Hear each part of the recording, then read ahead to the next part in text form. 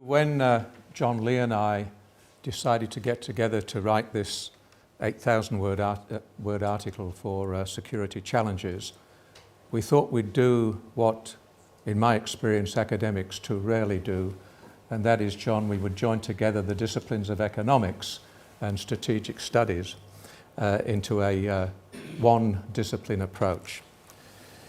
When I asked John to join me in this, and I don't often do joint authored articles, it's generally a difficult process, but with John's case it was seamless and painless as far as I'm concerned.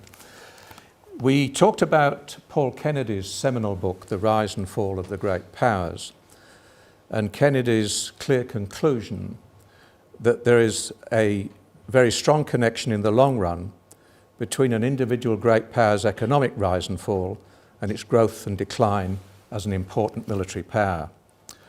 But where we paused was that applying this important judgment to Australia's foreign and defence policies regarding the rise of China has led to strongly opposing views. There are those, as you know, including in this university, including some of our colleagues, who consider that the inevitable rise of China must result in that country becoming the naturally dominant power to which the United States must concede strategic space and acknowledge China's so-called legitimate strategic interests. There are others, including us too, as authors, who believe that China's endless and rapid rise economically is far from inevitable and perhaps even unlikely, and that its military power will continue to lag seriously behind that of America. The argument that China will emerge as Asia's preeminent power is based on assumptions that its economic and military capacities are expanding and improving at such a rate that regional dominance is all but assured. Yet the sustainability of China's rapid economic rise and capacity to embark on the path towards becoming an advanced and resilient political economy, in addition to its ability to become a genuine military superpower wielding proportionate regional influence, is widely assumed, but in our experience, rarely analysed in any depth, at least in Australian literature.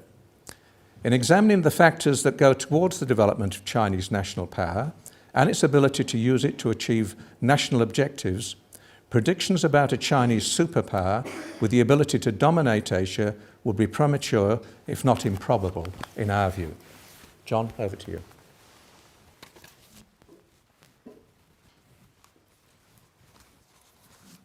Thank you, Paul, and thank you, Andrew, for the introduction. As Andrew mentioned, I've come on as an adjunct at the centre, so it's my privilege to give what I hope will be one of several lectures over time.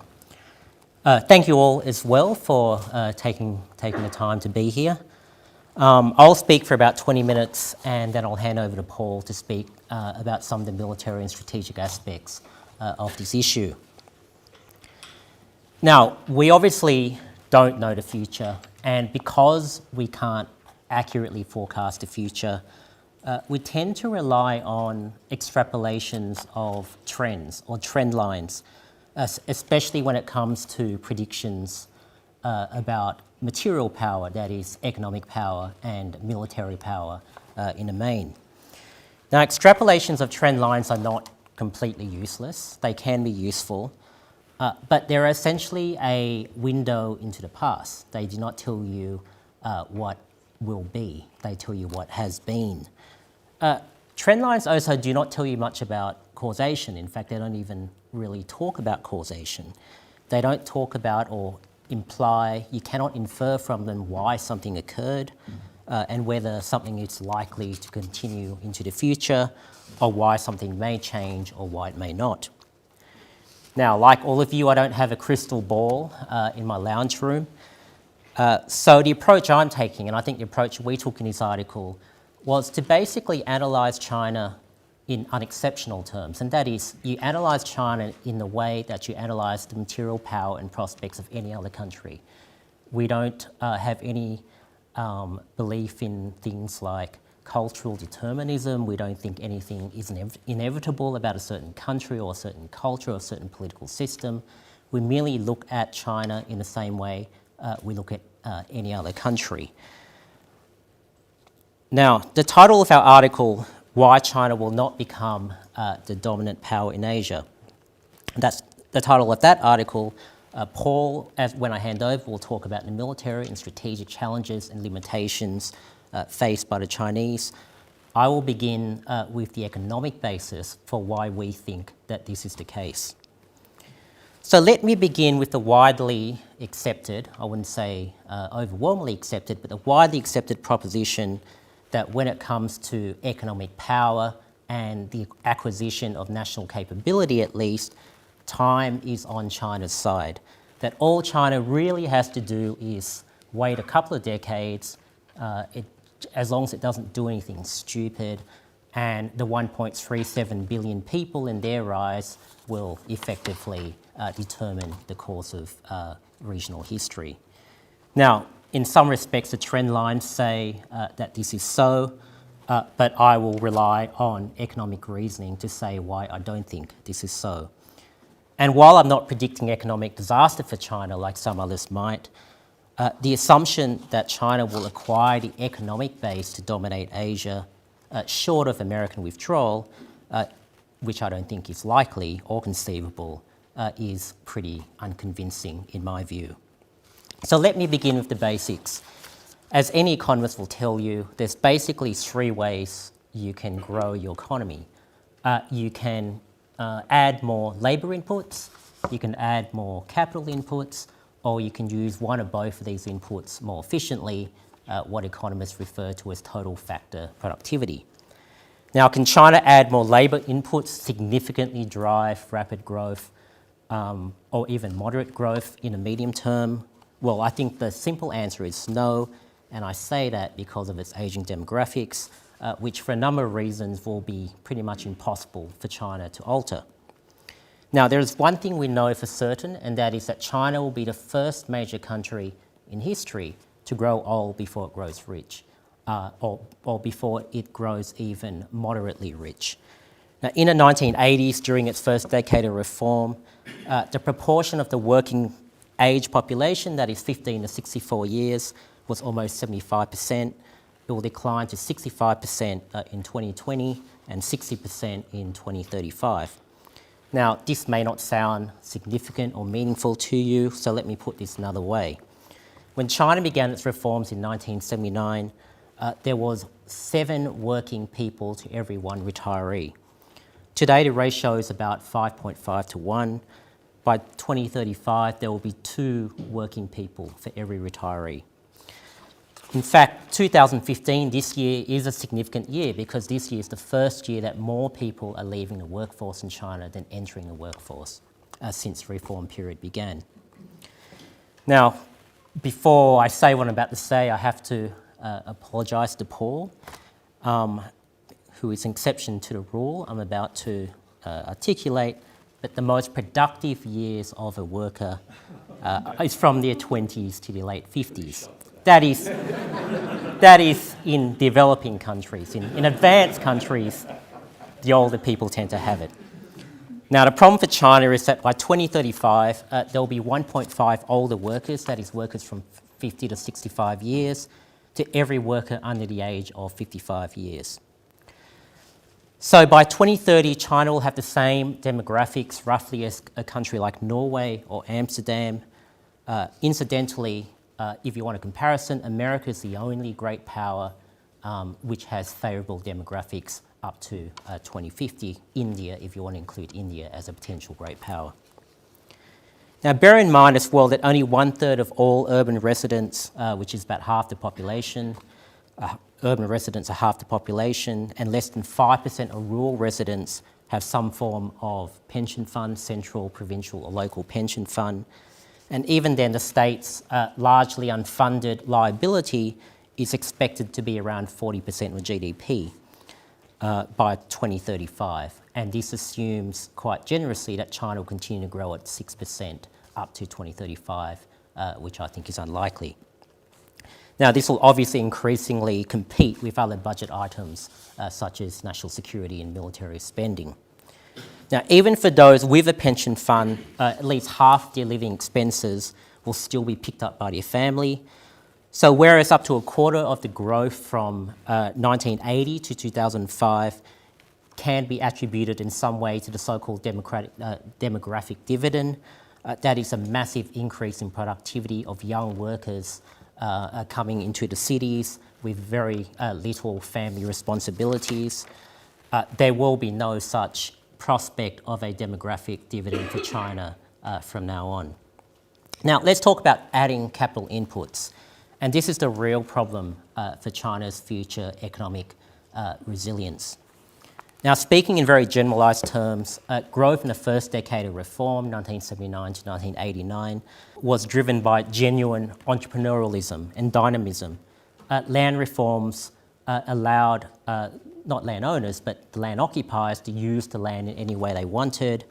They were allowed to sell surplus produce at market prices, and this gave birth to a wave of spontaneous and unplanned entrepreneurialism and bottom-up economic activity, and eventually the rise of smaller-scale industries, which was a real driver of early industrialisation in China. Now, by the mid-1990s, this model was running out of steam, and what was emerging was China as a major export manufacturing country, not just in Asia, but in the world. So it was from the mid-1990s onwards that made in Korea or made in Japan or made in America or made in Malaysia was replaced by made in China. So prior to the global financial crisis, or just a couple of years before that, the major driver of Chinese growth was net exports. Now, there was nothing remarkable about this. This was really just the model that Japan, South Korea, Taiwan, Singapore, amongst others, pursued, but China took it to a much larger scale because of the surplus pool of labour that they had. Now, export-dependent models obviously need growing end consumer markets, and this became a problem for China when the global financial crisis hit the advanced economies and consumption markets ground to a halt. So China had to find a different way of generating growth, and this is what they did. Now, if you take the period from 2004 to 2014, the Chinese economy expanded a pretty impressive 162%.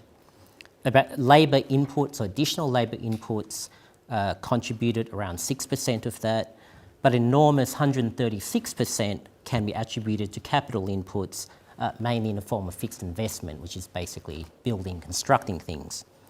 This means that only 20% of growth out of 162% over the last decade was due to using inputs more productively. Now, these are all economic numbers, okay? Why do they matter? Well, the enormous level of capital inputs needed to generate the growth that China has achieved in the last 10 years has meant that national corporate debt levels have risen from 147% of GDP from the end of 2008 to over 250% of GDP at the end of 2014. Now, to put these numbers in context, it increased from $9 to $10 trillion US in 2008 to $20 to $25 trillion US in 2014. Now, this increase represents an amount larger than the entire size of the American commercial banking system. Now, it happened, this increase happened because in the government's determination, or some people would say in the government's desperation to achieve rapid growth, the Chinese government ordered state-owned banks to lend predominantly to state-owned enterprises, even when there was no commercial justification for doing so. So from 2008 to 2009, for example, bank loans almost doubled from $750 billion US to $1.4 trillion US. The outstanding bank loan books of China's banks expanded almost 60% in 2 years. So this clearly is not due to natural economic demand. It's a result of government-driven policy, despite what Australian miners and the Treasury at the time were actually telling us. So the result is what China's own state-backed economists refer to as not just the largest building program or largest national building program in world history, but also the most wasteful in economic history. Underutilised roads, underutilised airports, bridges that go nowhere, wholly abandoned newly built cities, and critically, enough housing to fulfil the urbanisation requirements of the country for the next 20 years at least. Well, it's enough empty housing to fulfil the urbanisation requirements of the next 20 years. So if you look at just the biggest 4 provinces in China, there are wholly unoccupied dwellings that could house 200 million people. Now, the result, if you ask independent analysts and international banks and accounting firms operating in China, is that the concealed bad debt amounts to about 70 to 140% of GDP. As state-owned banks and local government financial entities are ultimately government liabilities, ultimately central government liabilities, these will have to be dealt with by the central government. And once again, consider what this means for the competing demands on the public purse in the next 10 to 20 years. So basically, China doubled down on Japanese errors and then some. China may still avoid 2 decades of virtually zero growth, which is what Japan suffered, but China's capital output ratio, the ratio of what you get for each additional input of capital, is about 3 times worse than what it was 10 years ago. Incidentally, it's about 50 times worse than in India, which is generally seen as an extremely inefficient economy in terms of use of capital. Now, finally, can China use inputs more efficiently or more productively? And clearly, this is the only way ahead for China to grow its economic base that would be necessary for it to become the dominant power in a region. Now, this is often expressed in different terms. Can China become a much more innovative economy? Can it move to a market-responsive economy rather than a hybrid planned economy? Can it increase consumption, which would drive services and increase productivity? Essentially, all of these characterizations of what China needs to do is to say, can China escape the so-called middle income trap, which, if you look around, only around 30 economies in the world have done that. Now, basically, the future of China being the dominant power in Asia depends on it escaping the middle income trap. It can't do so.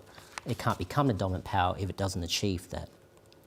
And so the last question I want to pose is, what would China have to do in broad terms to escape the middle income trap? Now, take innovation. China would have to dismantle its state-dominated political economy.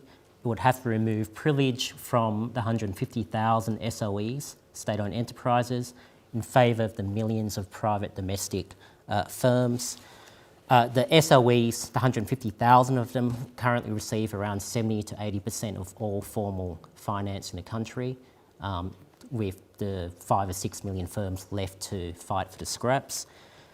To give an example of the state-dominated nature of the Chinese economy, the top 3 largest SOEs in China, their revenues exceed the combined revenues of the largest 500 private firms in the country. Now, if you dismantle this system, you remove the capacity of the Chinese Communist Party to use SOEs for the advancement of national power and achievement of national goals, which they are used for periodically. It will also disrupt a key strategy for the Chinese Communist Party to remain in power, and that is by becoming the primary dispenser of business, career, professional, individual, institutional opportunity in the country. You essentially keep the elites on side, dismantle such a political economy, and suddenly you have some potential existential political problems for the Chinese Communist Party.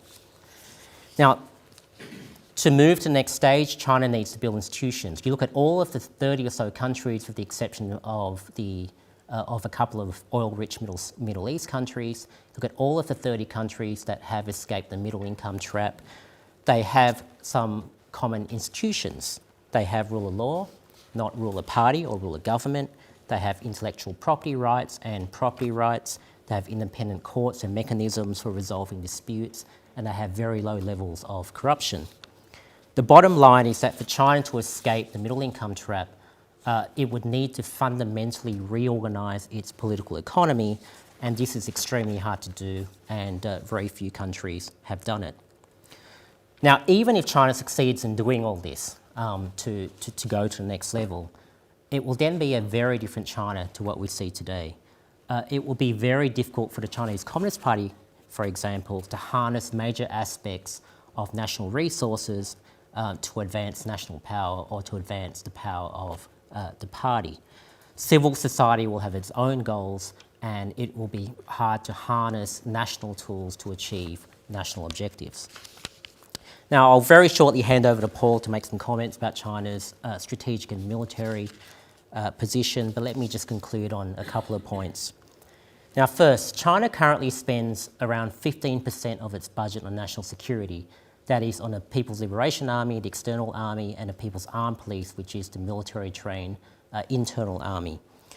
Now, these budgets have been rising. The budgets of these two organisations have been rising at a level that's about 50% higher than the increase in GDP growth. Now, this can't happen forever for the reasons that I gave. Now, second, on all key indices of non-military power, America, China's primary competitor, is well ahead and will remain so. So think about innovation, age demographics, education science, industrial capability, emerging technologies, social stability, resource security, food security, territorial security, regime or government security, and so on. America's ahead on all of these indices and will remain so for the foreseeable future.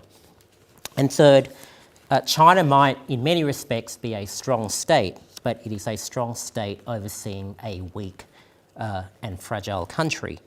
The legitimacy of the Chinese Communist Party and its capacity to remain in power ultimately depends on improving the lives of its citizens. It can't just use more and more of national resources for national power without political domestic consequences.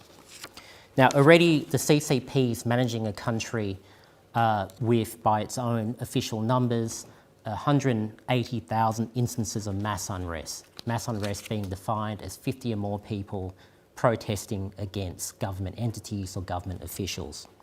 It simply cannot pour more and more national resources into the advancement of national goals without focusing somewhat internally. Now, finally, China's internal fragility means that it cannot afford a major foreign policy disaster or economic disaster for the CCP to remain in power. The CCP has 1 million military-trained People's Armed Police units solely devoted to controlling domestic unrest. Now, this is a sign of a country that may appear strong from the outside, but is significantly vulnerable from the inside. Now, a foreign policy or economic disaster may bring down an American government. That's true. It may bring down an administration, but it won't bring down a whole political economy. Such a disaster will bring down the whole Chinese political economy if the CCP fails. Now, if you look at all of these factors, all things considered, this to me does not seem like a power with the economic base, with the domestic base, to become the dominant power in a region. Now, I'm now going to hand over to Paul to talk about some of the military and strategic aspects, and then I think we'll make some concluding remarks. Thank you.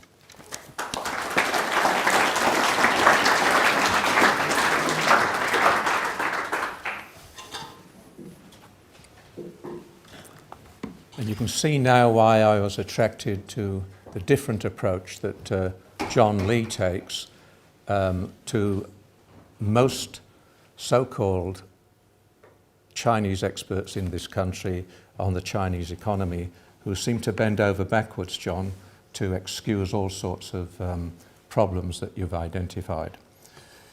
I will now turn to the situation with regard to foreign policy and also the military.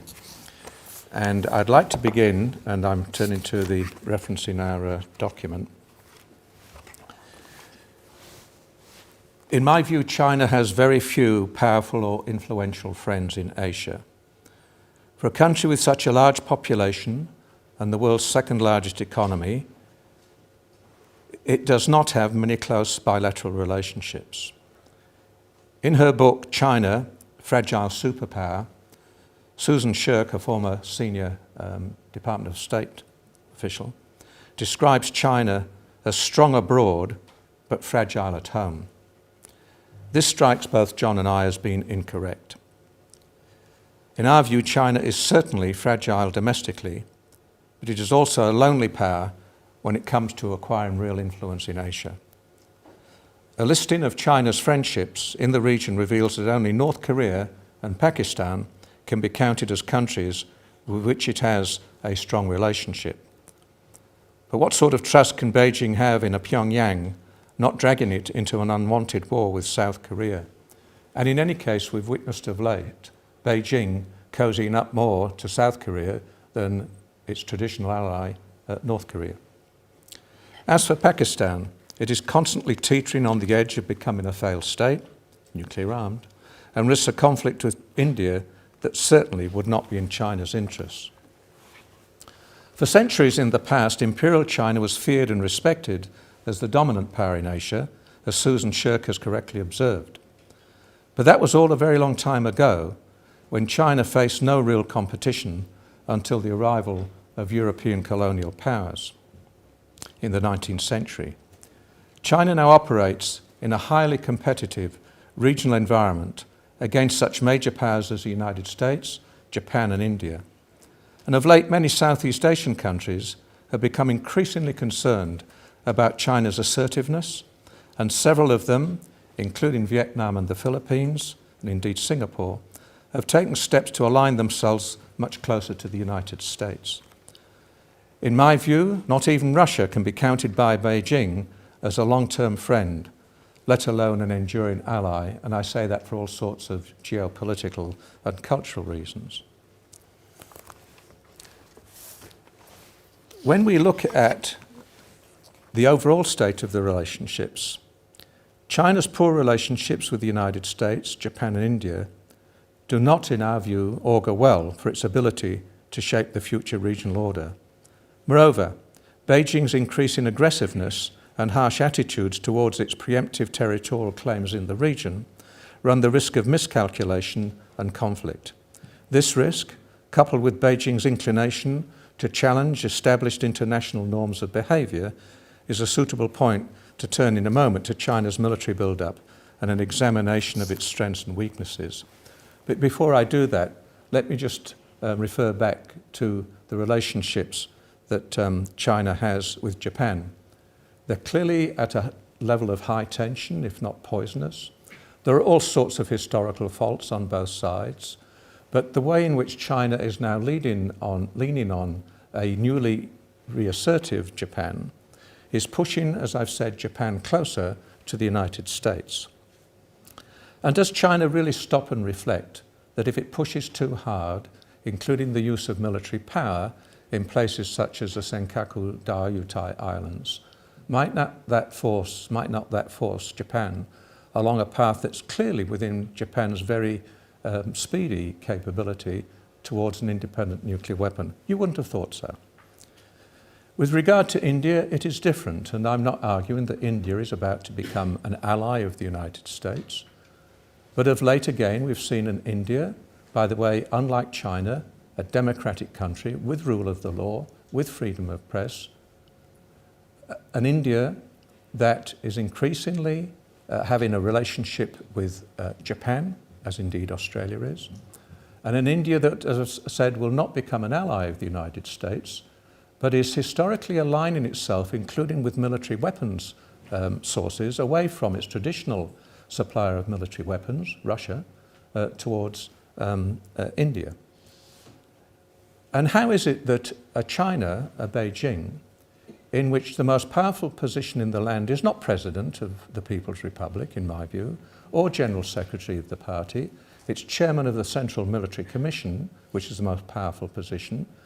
And when Xi Jinping holds that position, how come when he's in India, the Chinese, allegedly according to some academic commentators in the West, unknown to the central leadership, if you can imagine that, commits military aggression on the disputed border in the Himalayas. I, for one, do not accept that any military action in China is not under the direction of the Central Military Commission. And then we come to the matter I've mentioned of Russia. It is a relationship of convenience, particularly now that Putin has his back against the wall with regard to economic sanctions, which are starting to bite. And a Europe, and I've just come back from both Sweden and Finland, which is now seeing Russia as the new re-emerging threat. Is it really a relationship under the Shanghai Cooperation Agreement between China and Russia that we see enduring? Well, I've mentioned the geopolitics. You know, resource-rich, oil and energy-rich, minerals-rich Siberia, a part of a continent more than double the size of Australia, shares a long common border with China. It is an increasingly sparsely populated Russian Far East with bad demographics. And how would Australia react as a large, sparsely populated, resource-rich country to that sort of geopolitical challenge? As a former defence planner, I can tell you. And then we have the relationship with the United States, which we all want to see improve and be a good relationship. But it's not looking brilliant. And the way in which China increasingly using military power indirectly, unlike directly, Russia at the moment, but indirectly as a force of coercion to threaten Japan, to threaten countries in Southeast Asia, and to threaten India, does not augur well for the norms of international behaviour and a stable and peaceful region. With regard to China's military capabilities, again, I think, you know, we've had too much straight line extrapolation in this country with regard to China. It reminds me, when I was in the intelligence game in the 1970s, of the straight line extrapolations that were made both in the intelligence communities and in many of our academic so-called experts on the Soviet Union, that the Soviet Union was going to grow and grow, that in the period of Western stagflation, the Russian model of central planning, quote, was more successful, that the Soviet Union was on a winning streak with regard to its intervention without any response worth talking about from the West in Afghanistan in 1979, and the proclamation by our experts on the Soviet Union, most of them, that the Soviet Union was about to outstrip the United States in military power. That was the view of Robert Gates, the Deputy Director of CIA, when I saw him in 1986. In 1989, down went the Berlin Wall. In 1991, I can't sing my favourite Beatles song back in the USSR anymore. So, you know, as John has said, whether it's, you know, Japan in 1980 or the Soviet Union in the late 70s, early 1980s, beware those so-called experts who tell you with great authority that it is inevitable that China will be the dominant military power in the region, if not globally. The fact is that China, not now and foreseeably, is not a superpower. There's too much casual use of that word. Let me tell you what a superpower is. A superpower has two attributes. Number one, it has the capacity to wreak vast nuclear destruction anywhere on the globe, anytime. There's only two countries now capable of doing that. America, and guess what? Russia. China does not have that capability. The second attribute of a superpower is the capacity to decisively project conventional military power anywhere in the world and intervene, just like our American friends are doing time after time after time, whether we agree with that or not. China does not have that capability. Now, China undoubtedly has developed substantial military capabilities in the last 20 years or so. I'm not arguing against that. And China has taken notice of the overwhelming use of American conventional military power in the first Gulf War in 1991. And it's moving to a more sophisticated, what it calls informationized military for fighting short notice, high intensity regional wars, and it's moved away from People's Army. But the fact remains that as far as China is concerned, even with its main military priority, that is to retake Taiwan at a time of its choosing, according to the Pentagon, China still has substantial deficiencies in amphibious assault in order to do that. And in addition, the latest Pentagon report on China says that the limited logistical support remains a key obstacle for China in preventing China's Navy from operating more extensively than beyond the immediate East Asian surrounds, and particularly in the Indian Ocean. In addition, and I quote from the Pentagon report, it is not clear whether China has the capability to collect accurate targeting information and pass it to launch platforms in time for successful strikes against targets at sea beyond the first island chain. That's the island chain, Japan, Taiwan, the Philippines. I would argue that even within that first island chain, even within that, China has substantial deficiencies with regard to anti-submarine warfare, air defence, and the so-called capacity to take out American aircraft carriers, and I'll come back to that. For those of you who are interested, this month the RAND Corporation, a quite conservative American corporation, John, has come out with a report, which I commend to you, called China's Incomplete Military Transformation. And it quotes extensively from Chinese sources, and it gives other information about issues such as anti-submarine warfare and so on. And I draw to your attention that this report says that in China's own journals and literature, there is an acknowledgement that the PLA's own weaknesses revolve around a concept alternately referred to as two incompatibles, I don't speak Chinese, or two gaps. And these two incompatibles or gaps acknowledged by the PLA are the modernization levels of China's armed forces, particularly problems in the human area, and I'll come back to that, and the actual military capabilities of the armed forces to live up to this concept of fighting high-intensity informationized warfare. So what are the problems identified with the first incompatible? That is the modernization problem. The available literature, according to RAND, denotes several areas that are broad and endemic to the People's Liberation Army in the realms of training, organization, human capital, force development, and logistics. It is well known that a lot of the training is unrealistic and artificial. It is well known that the amount of time that officers in the PLA have to spend on studying, believe it or not, Marxism-Leninism can take 20 to 25% of their time. Good luck, let them do more of that and waste their time.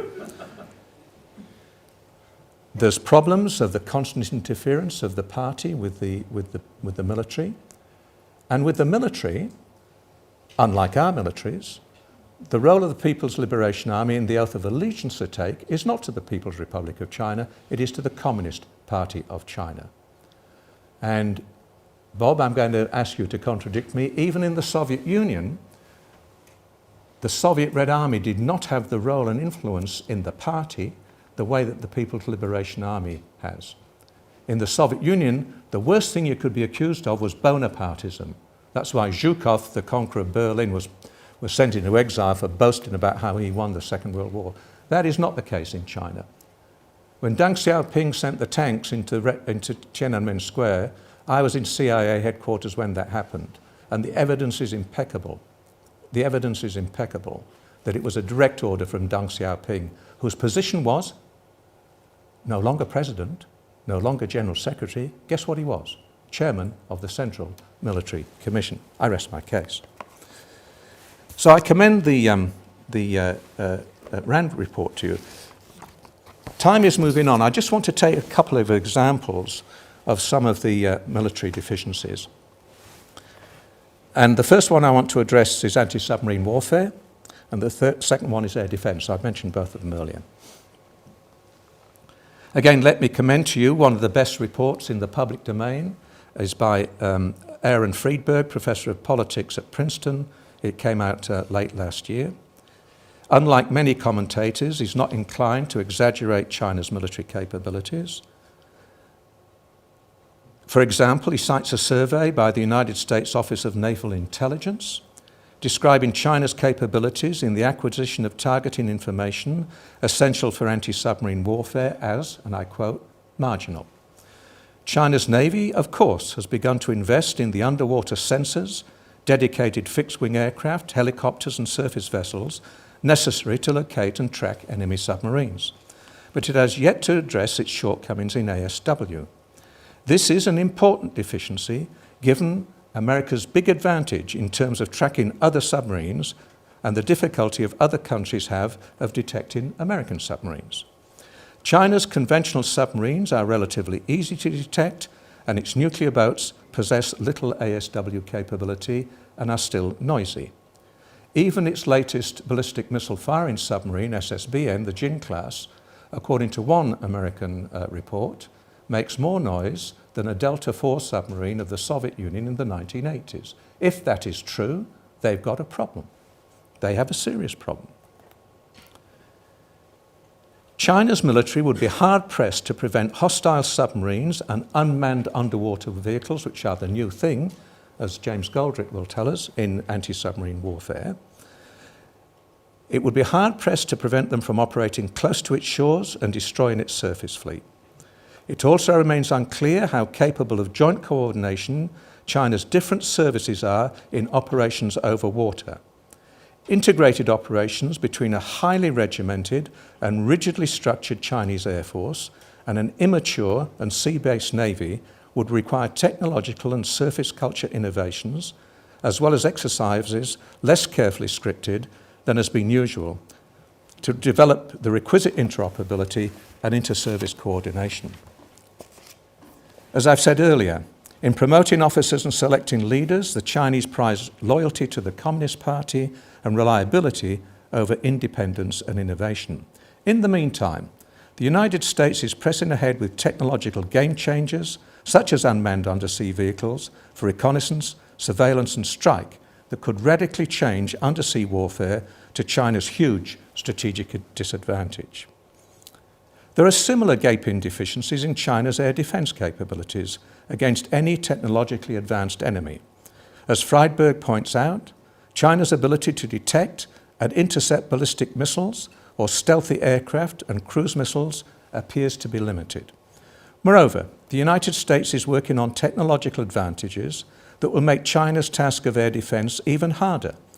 They include a new, low-observable, penetrating bomber and long-range precision strike with very high-speed, hypersonic vehicles, as well as what's called prompt global conventional strike with conventional warheads on ICBMs. Such developments would greatly increase the expenditure that Beijing would have to devote to both active and passive defense measures. And you've heard John Lee say that the trade-offs in future, because of demographics and economics, the trade-offs in future between endless investment in the military and these other demanding things in the Chinese economy is no longer a free good. None of this is to underrate the potential challenge to regional stability from China's military modernization, but neither is it to succumb to the current fashion of exaggerating China's military capabilities. Despite its many achievements, China is still a weak state, and as Andrew Shearer points out, its transition to exercising influence as a sea power has provoked region-wide balancing behaviours. In other words, the reactions of Japan and Vietnam and the Philippines. As time goes on, neighbours around China's periphery may also feel compelled to field similar capabilities to China in order to address the growth in long-term Chinese strike assets. And I'm thinking of Japan here. Ongoing requirements of China's naval and air forces to secure Chinese near-seas priorities make it highly unlikely that a force that is still modest in size will be able to sustain a robust top-end footprint in the distant far seas, no matter how much its capabilities improve. Finally, before I hand over to John for some initial conclusions, in our paper I quote a particular academic, Robert Ross in America, who makes a very good point that China is a continental power. It is not a natural maritime power. Continental powers often have insecure borders. China has the longest and most diverse borders in the world, in addition to the potential that John Lee has pointed out for internal instability. Maritime countries, including the United States, Britain, Australia, New Zealand, don't have those internal security problems. When you look at the history of continental countries that have aspired to being great maritime powers, they failed. France, Germany, the Soviet Union, and it remains to be seen whether China can make that transition. I'm of the view that China is not capable of challenging US dominance of regional sea lanes or the security of America's strategic partners in maritime Southeast Asia. And further, we point out in our article that in our view, China is 20 years behind the United States in high technology weapons and sensor development. It is not a military superpower, and it will not become one until it develops the capability to project decisive military power anywhere in the globe. Presently, China is only a regional military power, entirely without any modern combat experience whatsoever, and with major deficiencies in doctrine, human capital, and training, particularly the complexity and realism of joint operations. China's ability to develop a powerful military is also seriously constrained by the fact that its own technological defence industry levels remain relatively low, and its only source of foreign arms is Russia. And China, to give you one example, has been trying for 35 years to develop a high-performance military jet engine, not an easy technology, and it has not succeeded. And where does it get them from? Russia. And are they highly reliable jet engines? No. I leave you with that example. Now, it may seem unoriginal, but I'm just going to read a couple of paragraphs from an article because I think it provides a very good summary, particularly of my contribution to the article and the talk itself. Now, in our view, China may be approaching the zenith of its power as its economy encounters serious structural impediments and demographic barriers to growth. This will also have important implications for the opportunity costs foregone of ever-increasing defence expenditure in a technological arms race with the United States, which Beijing cannot hope to win. Our analysis portrays a China in which worsening domestic problems will remain the leadership's highest priority, and addressing such concerns will take up an increasing share of economic resources and national wealth. Just by the way, as China has got richer as a country, domestic problems have got worse, not better. So economic growth per se is not solving China's domestic problems, but actually worsening them. The Communist Party leadership will struggle to keep a lid on growing popular discontent, which may have implications for its very survival under circumstances. We have also described a lonely power that has very few friends in Asia, although China's worldview of itself is shaped by strong historical impulses of a hierarchic order with itself at the apex. Very few countries in the region appear willing to concede to China the status of the dominant power. Indeed, it is much more likely that countries such as the United States, Japan and India will concert together, either directly or indirectly, against an increasingly assertive China. In military terms, Chinese Achilles' heel is that it lags at least 20 years behind the United States in key technology areas. The fact that China has no experience whatsoever of modern warfare and its military hierarchy depends crucially on loyalty to the party means that China's actual war-fighting capability must be in serious doubt. Moreover, China's military build-up is causing a classical response in kind as countries such as Japan, India, and many Southeast Asian countries acquire advanced maritime military forces in order to check China. They may not be able to balance against China, the Southeast Asian countries, but they can complicate matters significantly for the Chinese military. In summary, as The Economist observes, China needs Western markets, its neighbours are unwilling to accept its regional writ, and for many more years the United States will be strong enough militarily and diplomatically to block it. Now, I'm now going to hand over to Paul to make some final comments. Thanks, John. What does all this mean for Australia's national security planning and the forthcoming Defence White Paper? First, the most important point to make is that any suggestion the United States should move to one side in Asia to make strategic space for China should be rejected. China is not now or foreseeably a strategic peer of America's, and any move by Washington to concede China's so-called legitimate strategic interests would smack of appeasement and offered unnecessarily and for little conceivable gain. So when Beijing proclaims that the entire South China Sea is a core strategic interest, a term traditionally reserved for Chinese claims over Taiwan and Tibet, China's maritime expansionist ambitions should be firmly resisted. Second, Australia does not need to structure its defence force for war with China. Beijing is not developing the conventional forces with which to invade or directly attack Australia. But we should develop the high technology naval and air assets, including submarines, necessary to contribute to any allied conflict in the region, including in Northeast Asia, where we might need to make a contribution or where Australia needs to help resist Chinese military adventurism. Developing these capabilities will further complicate the strategic and operational environment for a still isolated China, which in turn will place further constraints on and likely encourage greater caution from Beijing. In Northeast Asia, this would suggest for Australia niche contributions from us in such areas as submarines and air power. Our army cannot make a difference to conflict outcomes in Northeast Asia. Closer to home, however, we could make a much more substantial contribution by having the capability to block the straits of Southeast Asia in the event of a serious war in Northeast Asia involving the United States. Third, short of military conflict, Australia must be able to resist Chinese coercion, whether by military or other pressures, with regard to our own direct security interests, including, if necessary, our economic security. We also need to be capable of countering coercion in our region of primary strategic interest, particularly Southeast Asia.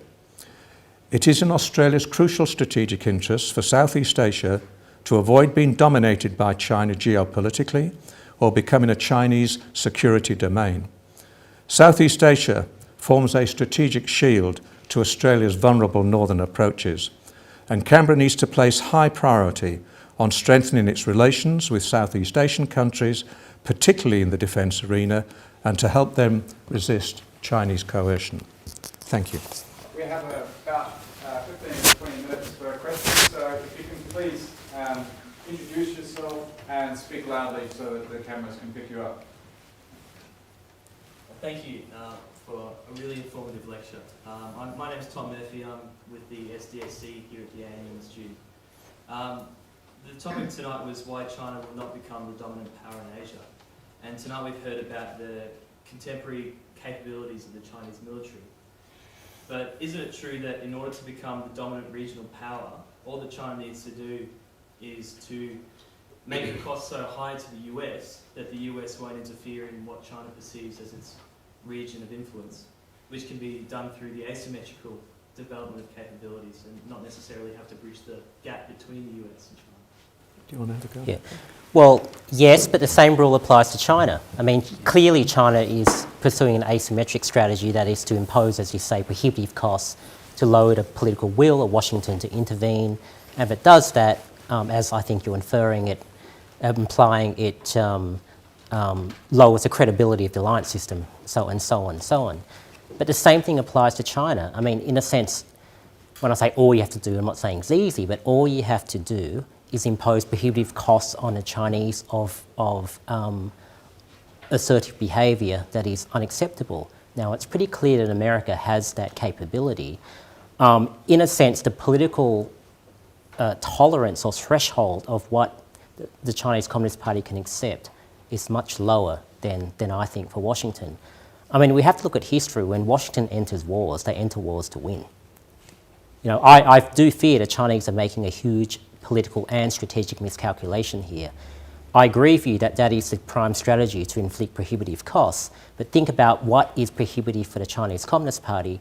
If you consider both their military vulnerabilities and their domestic weaknesses, they have less room to move, I think, than most people realise.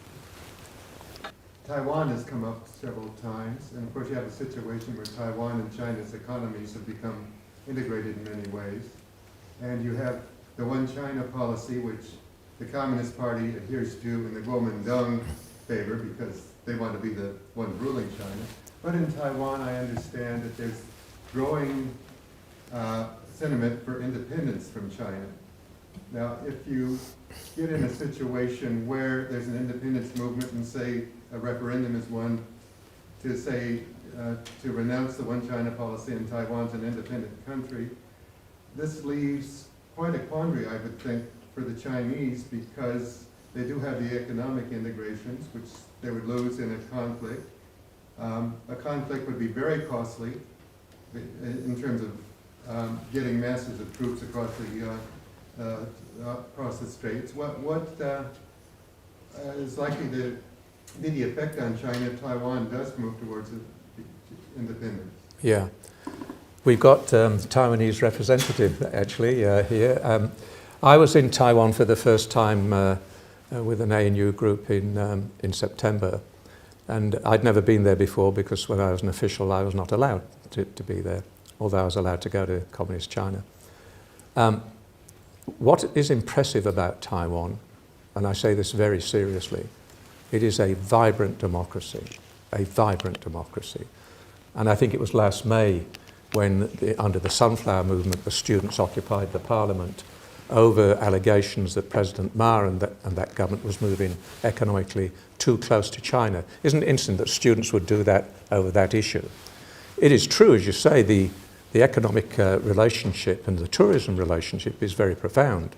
My memory is, William, you can correct me, there's 800 flights a week between China and Taiwan. It is good for the mainlanders to go to Taiwan and switch on the TV in their hotels and watch Parliament, watch talkback TV. Go to a bookshop where you can buy any book. So, you know, there is that creeping sort of culturalization of the mainland. I think on the issue of the independence movement, I'm not an expert on Taiwan, I doubt very much, and the Americans would not want a declaration of independence. And as long as China faces very substantial military costs, which it still does, I mean, amphibious assault, as some of the military here know, is amongst the most difficult and challenging of any capability to develop, particularly if you've got a dug-in and capable enemy. So, you know, the issue of Taiwan is one of those hypothetical contingencies that when foreign ministers of Australia are asked the question, they should, but don't always, say, it's a hypothetical, I won't answer it. You can have my answer. I'm Doug Keane from the Office of National Assessments. Paul, when you gave your last part of the talk and started talking about policy implications, it seemed a bit disconnected from everything you'd said before. You could almost have begun by saying, okay, we've covered all that, whether China will become the dominant power is actually a straw man and a red herring. China is a problem, and we've got to do a lot to counter it. Do you agree? Yes, but I mean, that doesn't mean to say that because I think China is a problem and it's got weaknesses, that if China is stupid enough and provocative enough, as it may well be over Senkaku Diaoyutai Islands, to do something, that we could afford to sit there and say we're going to do nothing and we have no military capability. I'm under no illusions that projecting power up into Northeast Asia is extremely difficult and challenging, and we wouldn't be able to make a difference it would be a niche contribution. But I think closer to home, as I've said, the capacity to blockade the Straits of Southeast Asia, we're talking about high-level conflict war here, is within our capacity. And I think our American friends would expect us to have that sort of capability. And I think in any case, by the way, as Rich Armitage, a friend of yours and mine, would say if he was here, if American Marines are dying on the Senkaku Diota Islands, we expect you Australians to bleed for us. I'm everyone. I'm just wondering, you said one of China's issues is its diplomatic isolation, especially after bellicose few years, if you kind of start seeing China taking a different tack now.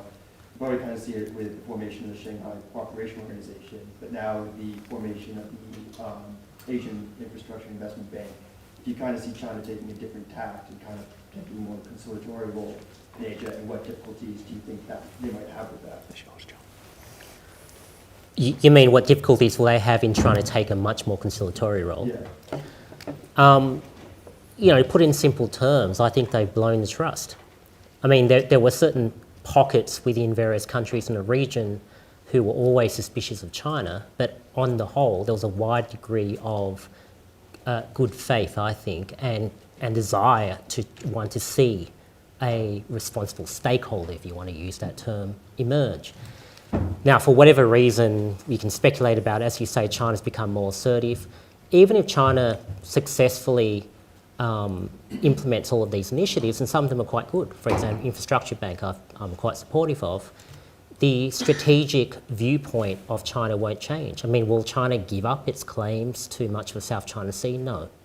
Will China wind down military spending or acquire capabilities that may help it seize those claims? No.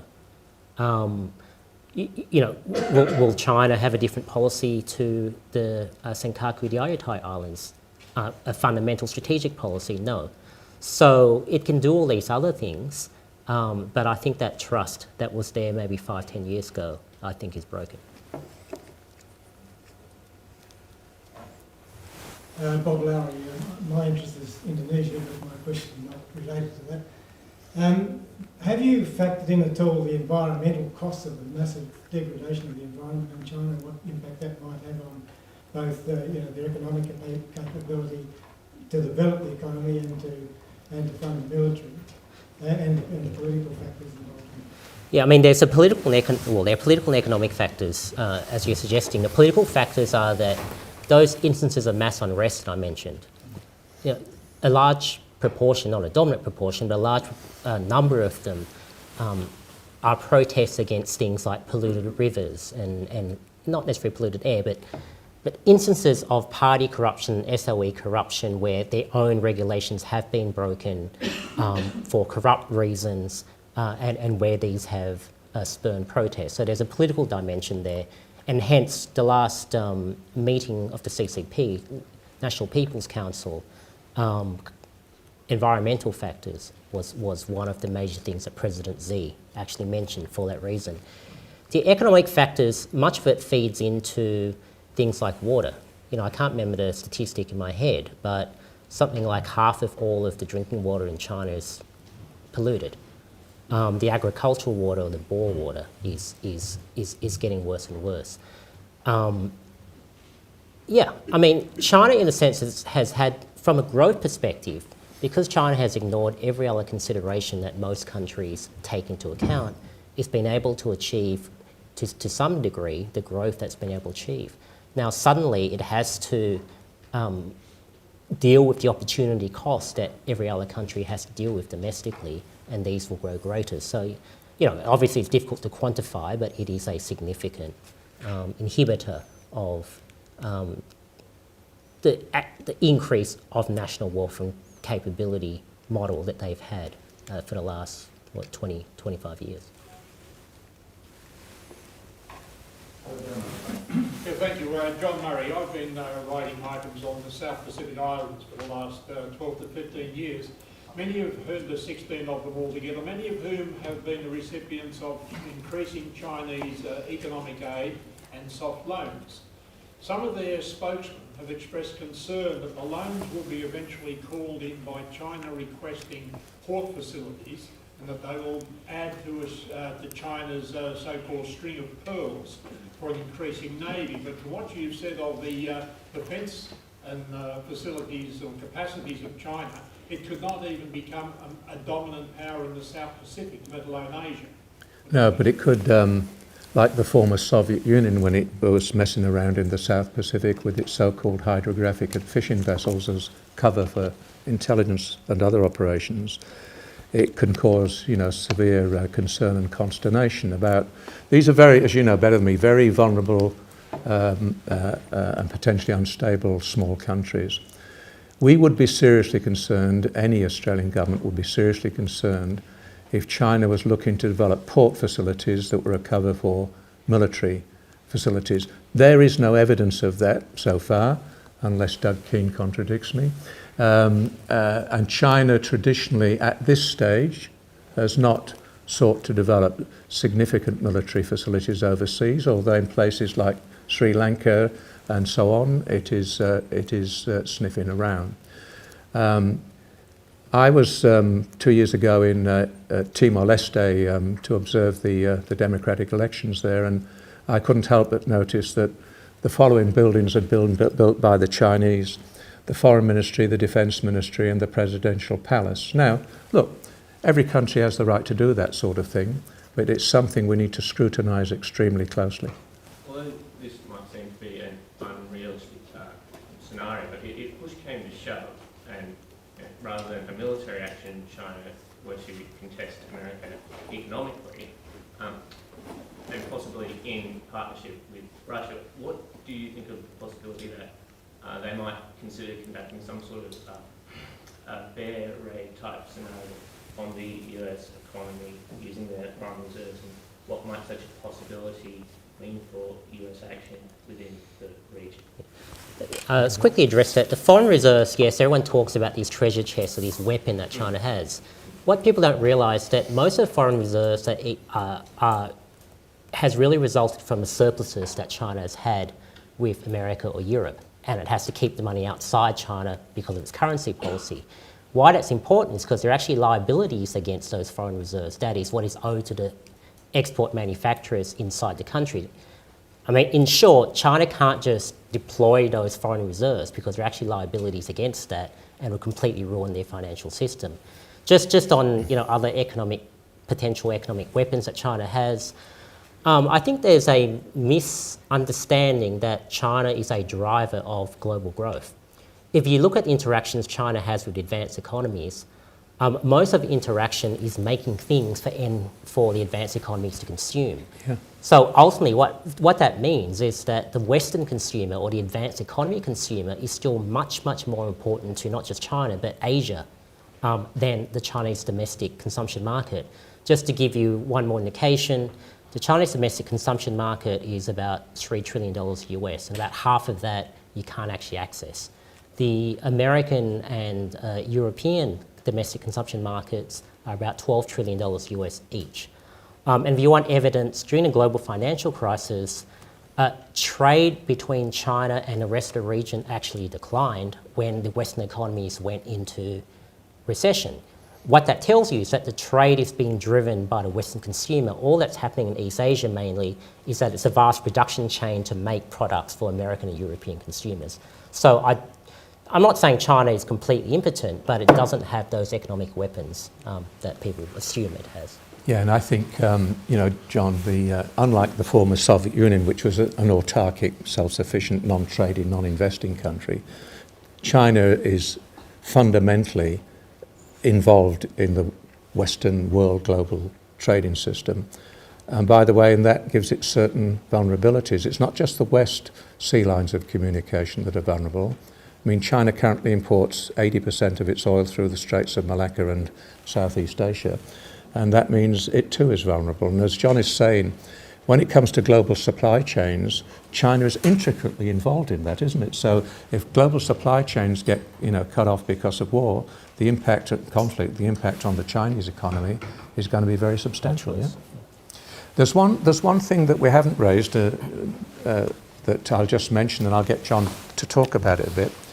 There was quite recently, while I've been away in Scandinavia, an article, I understand, by David Shambo, who you know very well, a very prominent American expert on China, who, as I read it in the press overseas, is talking about the vulnerability and fragility of the Communist Party rule in China. Do you have a view on that, John? Yeah, I mean, David Shambo's article was essentially saying that the CCP, is this the beginning of the end for the CCP because of various things like slowing economic growth, lack of morale, lack of ideological conviction, etc. I agree with David's analysis of the problems. I don't agree with his endpoint. The reason why I don't think that the Chinese Communist Party, under David's line of reasoning, is at its end is because if you look at modern industrialising societies, regimes fall because of revolutions in cities. They don't fall because of revolutions in the countryside. Now, the basic strategy of the Chinese Communist Party has been, for want of a better term, to try to co-opt urban elites. And it's done that by, as I mentioned, being the primary dispenser of career opportunity, wealth, etc. If you look at the middle classes in China and the upper classes in China, they're fairly closely tied to the Chinese Communist Party. So it's actually not in the interest of urban elites right now in China to want a different political setup. Now, of course, if there's some economic disaster, then the rules change, but assuming no economic disaster, I think David's pointing out if the problems are correct, but I don't necessarily agree with what he says about where it's heading to.